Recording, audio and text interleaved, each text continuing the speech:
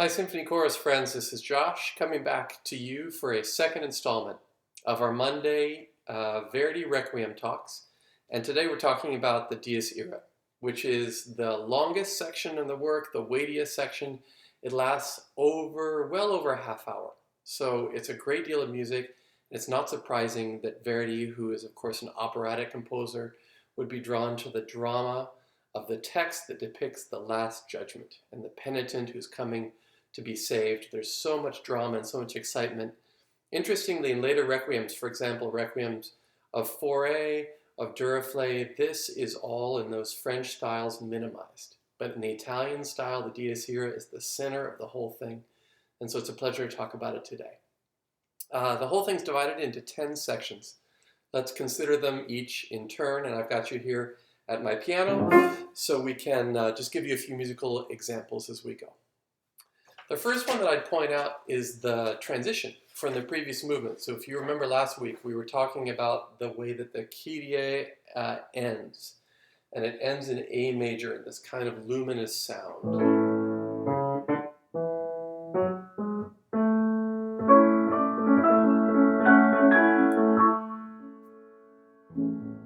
All A major. And you might expect that to go to D or something like that. But we go from the heaven of that beautiful key to a shocking different fall down to G minor. Which is really amazing if you think that this is where we've been the whole time. This is a very distant and alien key. And so I think Verdi's trying to shock us. He's trying to give us a feeling of descending, of the opening up, falling out of this beautiful state of repose into chaos and confusion of the Last Judgment. Of course, you have those big chords, and later in the movement you have the famous bass drum strikes. It's interesting that in the score there are instructions that say that you have to tighten the skin, the membrane of the bass drum, more tight than is normally done with higher tension, so that the strikes, instead of having that big muffled boom, boom, boom kind of sound, are sharper and more aggressive. So Verdi is very specific with that orchestration. And of course we all know that moment in the work, and we've all thought, wow, to be a bass drum player in that moment is probably the greatest thing that ever happened to anybody, as long as you don't mess it up. So that's the Verdi opening, and of course that's all accompanied by these chromatic wails. You hear them first in the voices.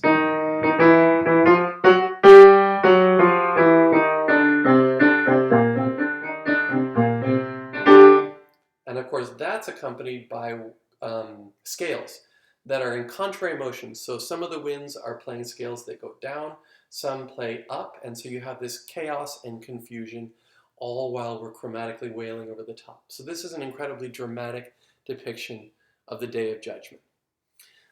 We get to the Quantus Tremor section, and this is one of my favorites because it's choir in unison, singing how much fear is yet to come is the text there. Quantus Tremor. And it sounds like this.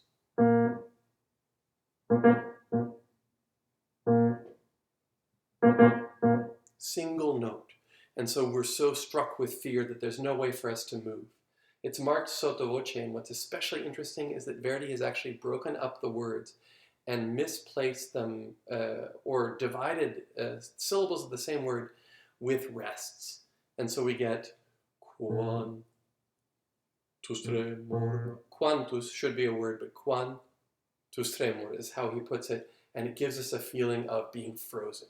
He adds to this a kind of mechanistic orchestration, something that seems to just chunk along impersonally this way.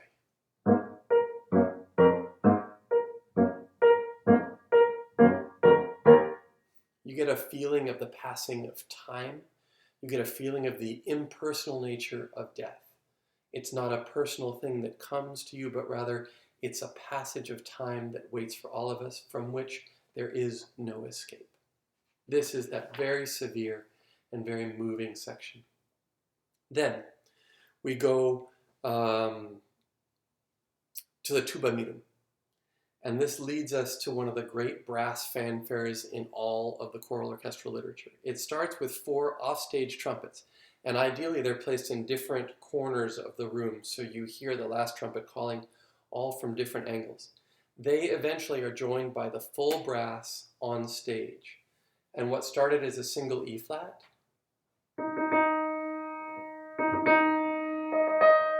becomes a minor third, which eventually becomes a diminished triad, which eventually becomes a dominant triad, and then eventually leading to one of the great A flat minor chords that we have. It's a shocking moment where the full brass comes in and we have a full fanfare.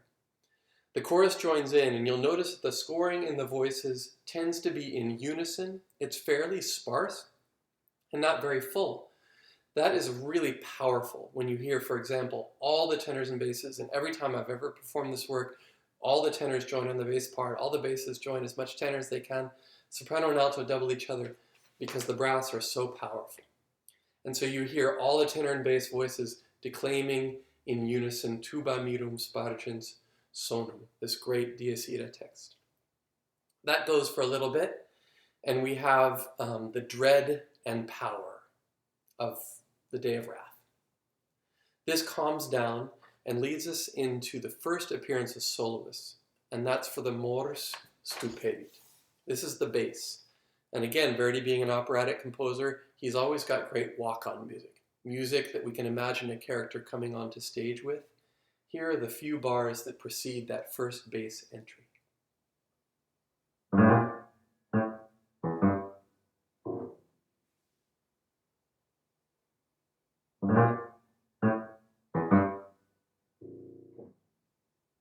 It almost sounds like a villain is coming on stage. And of course, often basses play that role. In this case, he's a dramatic voice and he sings mors stupendit, again intoning a single note.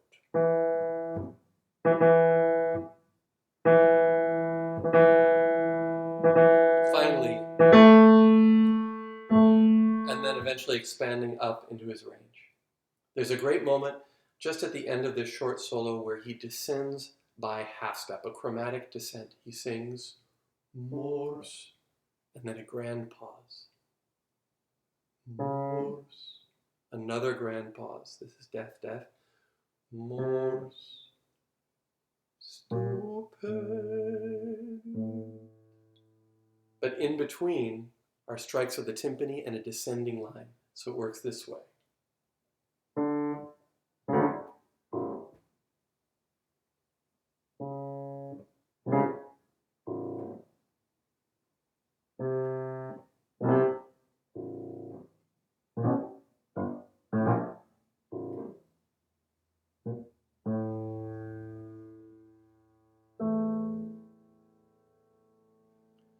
This leads immediately to a mezzo-soprano solo, and she sings this, Liber scriptus proferetur.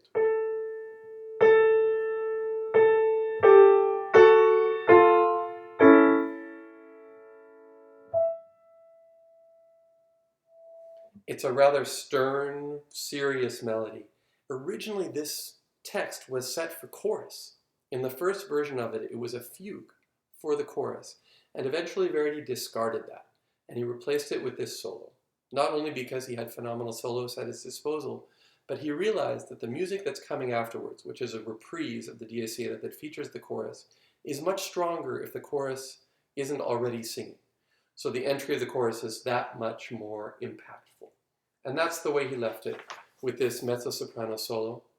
But the chorus is involved as a sort of foreshadowing of their entrance. When she finishes each section that the mezzo sings, the chorus usually answers Dies Irae, which gives us a feeling like there's something coming here. And then the mezzo sings again, and the chorus again. And again, we have the feeling like the chorus is involved, but we don't know how. Eventually, it's revealed to us that they will return to the Dies Irae music. But before they do, there's another great moment that in some ways echoes what the bass did before.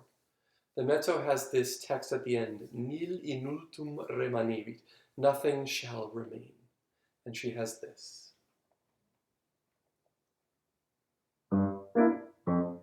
Nil inultum remanebit. Sorry. Nil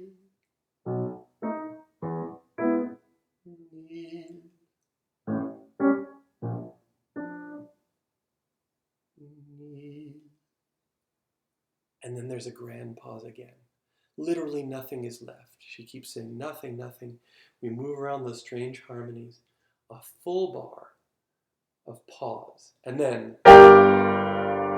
we have that again. And if you remember that, that's the sound that we had at the beginning of the Dies Irae.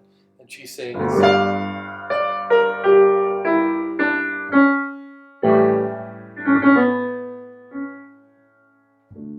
And this is the moment when the chorus begins to take over. And the orchestra introduces the Dies Irae music again, and we're on our way back to a reprise of that music. It's important to remember that it is not liturgically correct to repeat Dies Irae here. The text does not call for it. So this is Verdi making the choice to reinsert this music. And he's going to do it not only here, but one more time later. And it's always for dramatic purposes to create maximum contrast. In this case, the solo versus the tutti group, and then eventually the solos that will follow. So let's go to those solos that will follow. Quid sum miser rather. And here this is a trio. So soprano, mezzo, and tenor. And it's the first time that we hear the text speaking in the first person. I. Who am I? Quid sum miser. Who am I, poor one, to ask for help, to pray in this dark time? So of course, it calls for soloists, not a corporate expression for the chorus, but rather an individual expression.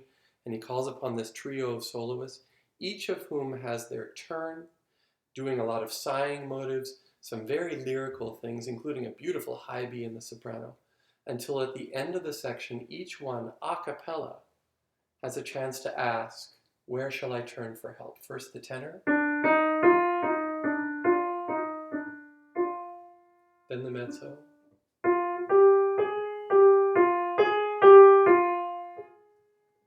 and then the soprano.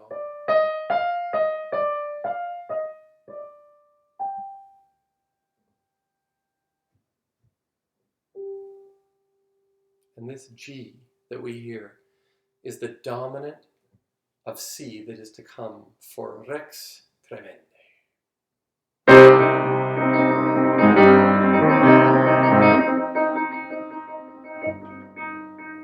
And the tenor's answer.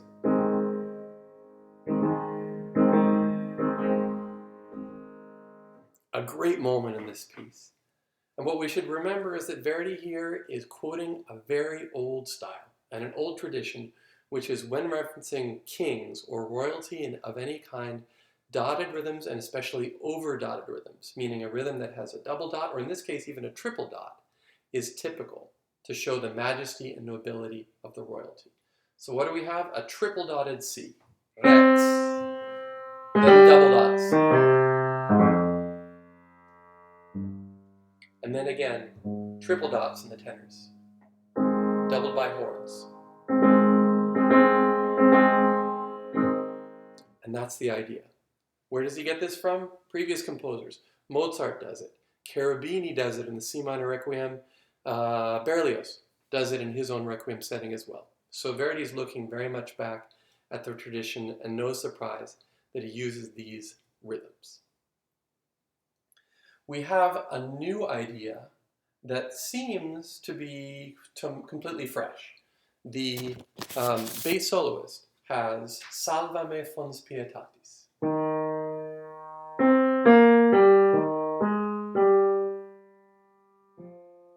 But if we look at that in the context of Rex Tremende, we realize this is actually a related melody. Listen to Rex Tremende again, etc. Now Salvame.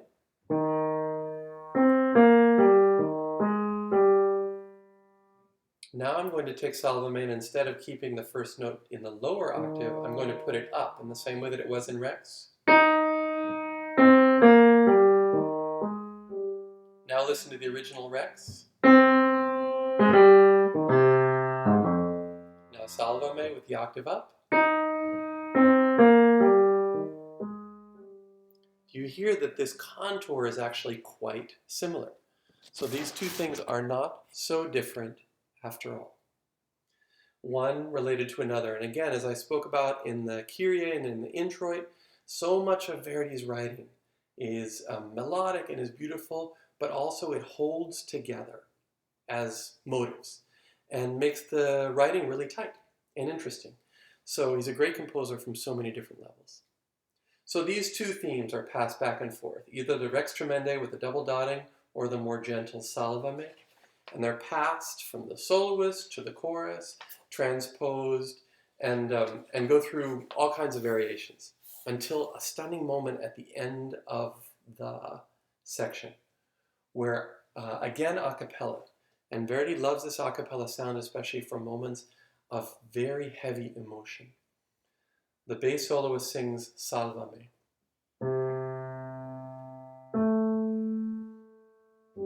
And then the chorus picks it up.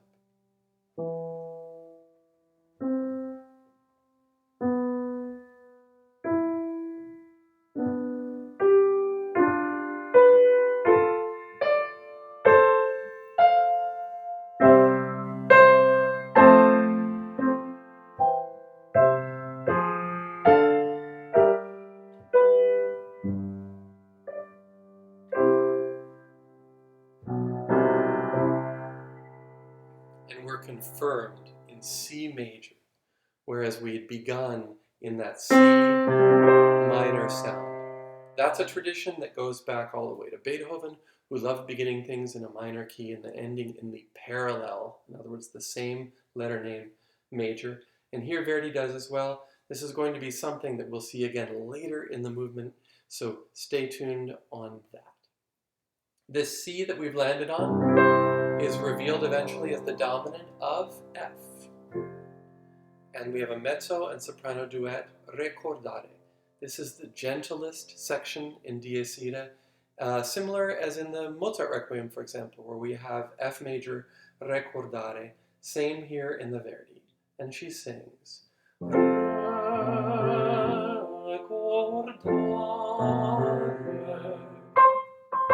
and there is a little wind chirp. Does that remind you of anything? In the Salvame. Salvame. We had that in the Rex Tremende just before. So again, Verdi is using the same gestures, the same motives, but very different purpose. Here it's gentle. And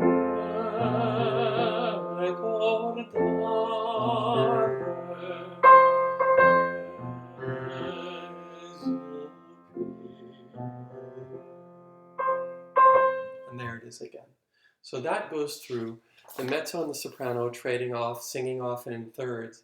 There's a wonderful moment where they come together and sing in unison. Juste iudex. It's not the first time that they'll do that in the Requiem. They'll sing again, this time in octaves, later in the Agnus Dei, and we'll see that in a later talk. So we get all the way through the Ricordare. There's a very operatic cadenza in which each of the soloists has something very, very virtuosic to do. And then it leads us into the Ingemisco for tenor. Of course, being the big tenor aria, there always has to be one in every opera. There's the greatest aria of all, and it almost always is the heroic tenor, no exception in this case. Ingemisco tamquam reus, culpa rubet vultus meus supplicanti, supplicanti parce Deus. And then that leads us into Qui Mariam absolvisti in E flat major. This is the typical tenor hero's aria. Of course, gentle in the sense of being in a supplicant mood, but it has two high B flats in it and requires a voice with heft, with incredible power. So this is almost always one of the showpieces of the Requiem. And when it was performed, particularly in theaters, after the first performance had happened in a liturgical setting, but after that it was always performed in theaters, including across the street from the original church at La Scala in the opera in Milan. This piece was encored very often, and so the tenor would have to sing it twice, which is a huge challenge, of course. But Verdi had the greatest solo singers of his generation available to him, and no doubt the performances were excellent. This leads us now to the bass, having his turn finally, in the Confutatis. And again, in traditional operatic style, this is less flashy than the tenor. The tenor has the big showpiece. The bass is a little bit more subdued, because that is his role as a darker voice. I wanted to point out not the opening melody, but one particular melody that I find incredibly moving, which is the Oro supplex et acclinis. That comes about halfway through this solo. And he sings here, Oro supplex et acclinis, which is almost a chant line. You notice that all this is conjunct stepwise motion as is traditional in chant, not in an operatic sense at all. And then he repeats it. Cor contritum quasi cinis.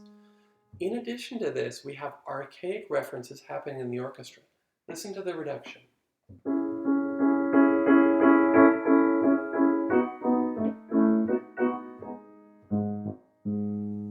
And voice leading fans will have noticed parallel fifths.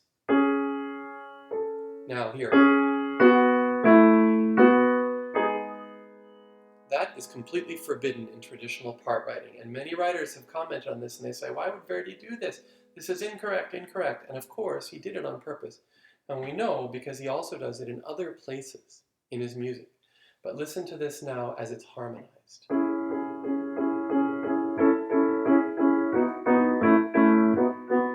So you're hearing all those triads. Here, parallel fifths. A reference to old archaic styles. The idea of before the Baroque period, and especially the classical period, but especially the Baroque period, where these parallel fifths were outlawed, some of these sounds, particularly in the medieval period, were normal. It was part of how we harmonized melodies. So is Verdi doing this on purpose? Yes. And he's referencing an older style and a church music style. Because remember, the great tension in the Verdi Requiem is between the operatic styles and the old referential church music. This is definitely the latter. This takes us all the way through to the end, and the bass has a great cadence. He sings Curam ceram me finis, and we come to this. Sorry, let me try that again.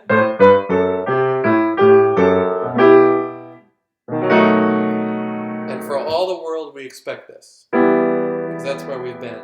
And it is a shocking turn of events, because what happens is that we get this, and then and that Dies Irae music is back. And it is truly a shock, because this harmony can only lead one place. And the bass sings,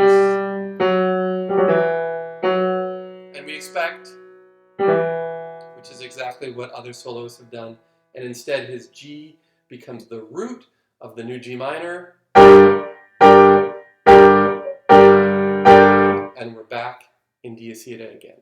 This, no doubt, would have been shocking at the first performance. Not only that the original music comes back, but that Dies Irae returns again and again. Because as I mentioned, liturgically, we would not expect that. But the drama of it is too much for Verdi to pass up. And so we have that music again. It leads us a different direction as it comes out. And each of these Verdi Dies Irae reprises is a little different. But this one leads us out and sets us up on the 5 of B flat minor. So we come down to F, the cadence comes here, and finally, the great Lacrimosa.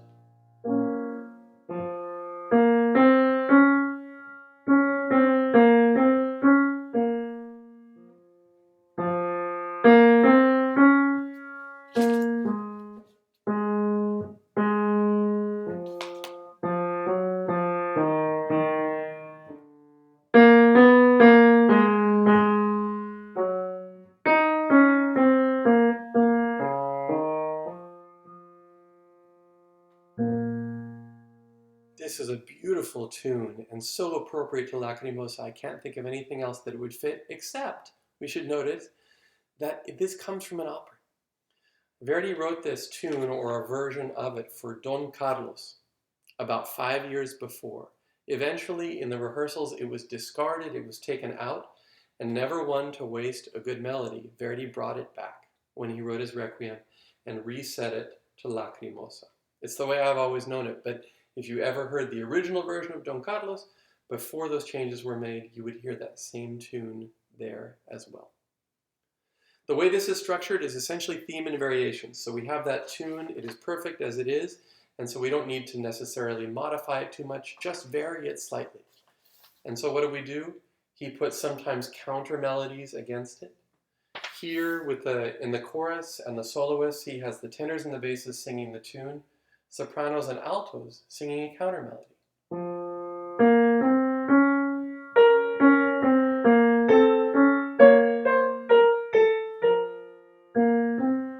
And so they have an interplay back and forth. We also hear a version of the tune in major. Uic ergo comes in the soprano and alto voices.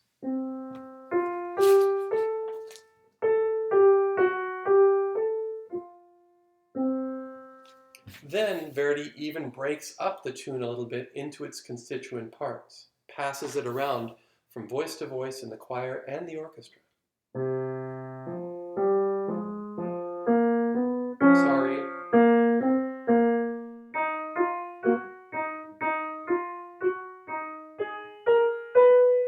And you hear that's the beginning of, that's the tune, right? And he's bringing that little motive from the head of it all through the voices, through the orchestra, until finally a final statement comes, Pie Jesu, and we're back in B flat minor. And we think that's the end. But Verdi has one more trick up his sleeve, and that's the very ending of this movement. It's a big surprise because we end up in B flat minor. That's no surprise, that's what we expect. But then the bass soloist sings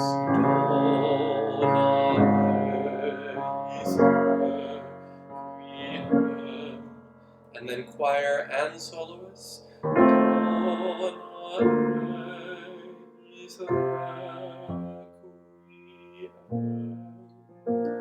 we think, oh, B flat major, okay, the parallel, just like we talked about before, what we expected. And then all of a sudden, out of nowhere, we have this Amen. G major, a huge surprise.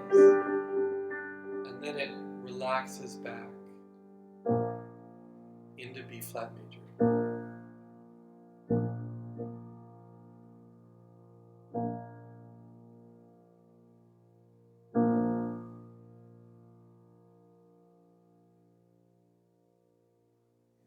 Where does that G major come from?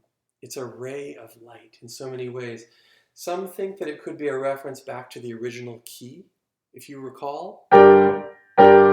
G minor in that case, not G major, but here a transformation of that original darkness into light, into a prayer. It's possible.